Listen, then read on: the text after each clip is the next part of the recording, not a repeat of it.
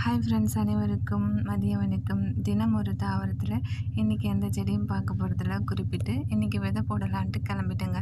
பசங்களுக்கு லஞ்சு கொடுத்துட்டு அப்படியே வயலுக்கு போயிடலான்ட்டு விதையெல்லாம் எடுத்து வச்சுருந்தேன். போகிற வழியில் பார்த்திங்கன்னா, ஸ்கூலுக்கு போகிற வழியில் ஒருத்தவங்க வீட்டில் வந்து டேப்பு திறந்து விட்டுட்டு தண்ணி பாட்டு வேஸ்ட்டாக போயிட்டு இருந்தது ரோட்டு ஃபுல்லாக. என் ஹஸ்பண்ட் பார்த்துட்டு கொஞ்சம் தூரம் போயிட்டு தான் கவனித்தோம். அதுக்கப்புறம் டேப்பை மூடிட்டு வா அப்படின்னு சொல்லிட்டு இறக்கி விட்டாங்க. அப்புறம் நான் போய் மூடிட்டு வந்துட்டேன். நம்மளுக்கு தெரிஞ்சவங்களோ தெரியாதவங்களோ பேசுகிறாங்களோ பேசலையோ, ஆனால் யார் வீட்டில் வந்து தண்ணி வேஸ்ட் ஆனாலுமே மனசு கேட்காது, போய் சாத்திட்டு வந்துடுவோம்.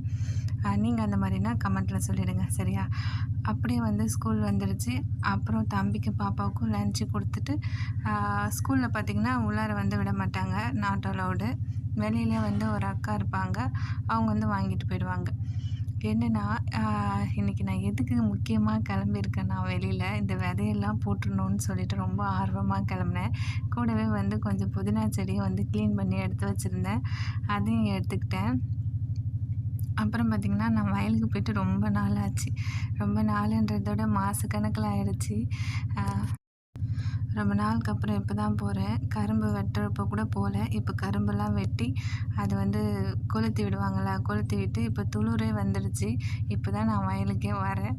அப்படின்னா பார்த்துக்கோங்க, நான் எப்போயாச்சும் தான் வருவேன் வயலுக்கு. விதை போடலான்ட்டு அவ்வளோ ஆர்வமாக கிளம்புனேன். பட் விதை போடுற அளவுக்கு சூழ்நிலை சரியில்லைங்க.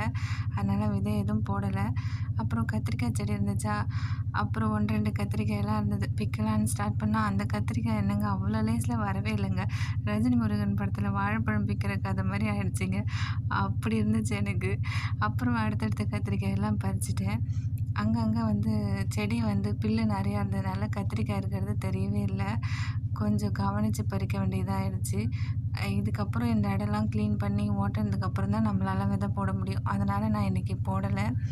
இந்த கிராமத்தில் உள்ளவங்களாம் பார்த்துக்கிறீங்களா, வயல் வேலைக்கெல்லாம் போனாங்கன்னா கேரி பேக்கு பையெல்லாம் எடுத்துகிட்டு போக மாட்டாங்க, சேரீயில் வச்சுப்பாங்க. அந்த மாதிரி தான் நானும் இன்றைக்கி செஞ்சேன். பச்சை மிளகாய் செடியும் அறுவடையாக இருந்தது. ஏதோ 1, 2 தான் இருந்தது. தேடி கண்டுபிடிச்சி வீட்டு யூஸுக்கு தான் ஒரு நாளைக்கு சட்னி அரைக்கலாம்னு வச்சுக்கோங்களேன். அப்படி தான் இருந்துச்சு. விதை தான் போடலை. வந்ததுக்கு புதினா செடியாச்சும் நட்டு வச்சுட்டு கிளம்புவோம் அப்படின்னு சொல்லிட்டு அங்கே இருக்கிற புல் பூண்டு எல்லாத்தையும் கிளியர் பண்ணிவிட்டு அப்புறம் புதினா செடியை மட்டும் நட்டு வச்சுட்டேங்க. அப்புறம் என்ன, இன்றைக்கி விதை போடலை. அதான் கொஞ்சம் கஷ்டமாக இருக்குது. சீக்கிரமாக போட்டுடலாம். ஓகே, இந்த வீடியோ உங்களுக்கு பிடிச்சிருந்தா லைக் பண்ணுங்கள், ஷேர் பண்ணுங்கள், மறக்காமல் சப்ஸ்கிரைப் பண்ணுங்கள். Thank you. Tata, bye, see you next time.